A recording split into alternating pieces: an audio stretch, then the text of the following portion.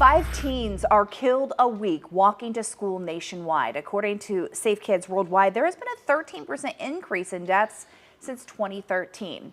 Here to talk about an initiative to keep kids safe as they walk, bike, perhaps scoot, roll to school, however it may be. Kathy Wall, the director of Safe Kids Palm Beach County, and Eric Stern there on the end with Palm Beach County School District. Thank you both for being with us. Kathy, we'll start with you. Talk a little bit more about why it's so important to talk about walking to school, riding to school, scooting to school, whatever it may be. We want to be sure that kids and parents have all the facts how to get to school safely. So walking to school, you want to have pedestrian safety. Are kids following the rules of the road?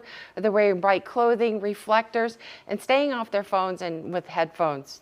Be attentive to your walk. Yeah, I feel like it's something that maybe we don't talk about as much as maybe our parents did growing up, because it doesn't happen as much. Right.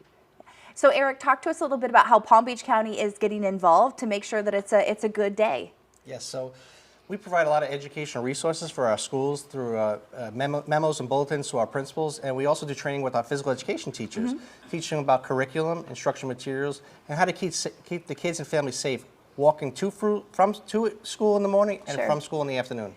And talk a little bit about some just easy messages that if someone's watching right now, that some good lessons or things. I know you mentioned stay off the phone, whether you're driving, whether you're walking, or even parents as they're walking their kids to school. Stay off the phone, the headphones, anything else that you want to remind people about? Even though Wednesday is our International Walk to School Day, you can do this any day. So parents, we really encourage you to walk to school with your kids, even for a complete week. Some days there's trash cans blocking the sidewalk. There may be construction.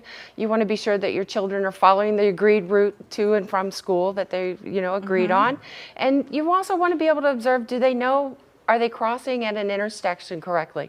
Do they know how to do the countdown on a stop on a light? Do they follow what the instructions of the crossing guard are? So parents need to reinforce those messages. Absolutely. Eric, talk a little bit about how parents watching right now can still participate. Absolutely. Go to your schools immediately, sign up, ask your principal to get involved, and just start walking your child to school every day or during the day or once a week to start somewhere. It's also important when you go home to walk with your pets in the evening, as daylight savings time is coming soon. It's going to get darker. Halloween is going to be during the week this year. So we want to encourage families to get out with their children and walk as much as they can. And you had a fun stat that we were chatting about right before we got started. I did. I'm so excited. So in the United States, we have close to 3,000 schools.